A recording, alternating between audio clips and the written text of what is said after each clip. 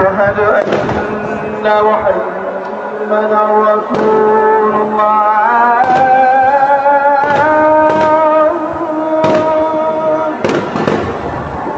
বারবার বলছি আইয়ুবখার রাজতন্ত্র আমরা মানি নাই, ইয়াহিয়া খানের রাজতন্ত্র আমরা মানি নাই, শেখ পরিবারের রাজতন্ত্র মানি না, মানছি না এবং মানব না। ছেলে মেয়েরা যখন কোটার বিরুদ্ধে পাবলিক বিশ্ববিদ্যালয়গুলোতে আন্দোলন করছে, তখন আজকে মাত্র আমরা দেখলাম বরিশালে, কুমিল্লাতে, চট্টগ্রামে, ইভেন শাহবাগে আজকে পুলিশের সাজোয়া গান দিয়ে আমার দেশের তরুণ তরুণী শিক্ষার্থীদের উপরে গুলিবর্ষণ করা হচ্ছে, লাঠিচার্জ করা হচ্ছে। এটা পাঞ্জাবের আমল না, পাকিস্তানিদের হাতে আমরা বন্দীরা। এটা 190 বছরের জমিদারি শাসন না।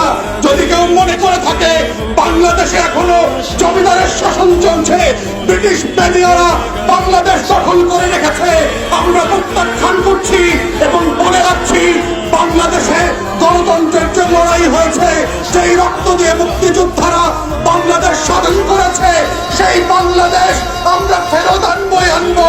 কোটা থাকবে না, ইদার শেখ পরিবার হাসিনা থাকবে, না হয় বাংলাদেশের 20 কোটি মানুষ থাকবে, কোটা থাকতে পারবে না, কোনোভাবে সম্ভব না। পলাশির প্রান্তর থেকে 260 বছর পরে হলো নতুন করে এই দেশের মানুষ আবার জাগবে, আবার প্রতিবাদ করবে। যদি মনে করে থাকেন পুলিশের গাড়ি দিয়ে, ভেহিকেল দিয়ে, কানন দিয়ে, র্যাবের গুম খুনের ইতিহাস জমা করে, বিডিআর দিয়ে, সেনাবাহিনী দিয়ে বাংলাদেশের 20 কোটি মানুষের স্বাধীনতার সম্ভাবনা আকাঙ্ক্ষাকে হত্যা করবেন, বোকার স্বর্গে বাস করছেন, বাংলাদেশের মানুষকে চেনেন নাই। তারা নতুন করে যখন জাগবে, আওয়ামী লীগের কাফন কেনার টাকা পাওয়া যাবে না, কবর দেওয়ার মাটি পাওয়া যাবে না। সেই দিন আসতেছে, সেই দিনের প্রস্তুতি নেন। ফেরাউনদের লাশ কোন নদী থেকে ডুবুরিকে দিয়ে উঠানো হয় নাই, এই ফেরাউনদের লাশও বাংলাদেশের মানুষ ডুবুরি দিয়ে উঠাবে না, কোন হুজুর জানাজা পড়বে না, 260 বছরের লাশ নেবে না। সেই দিনের অপেক্ষায় বাংলাদেশ আবার প্রতিবাদ করবে।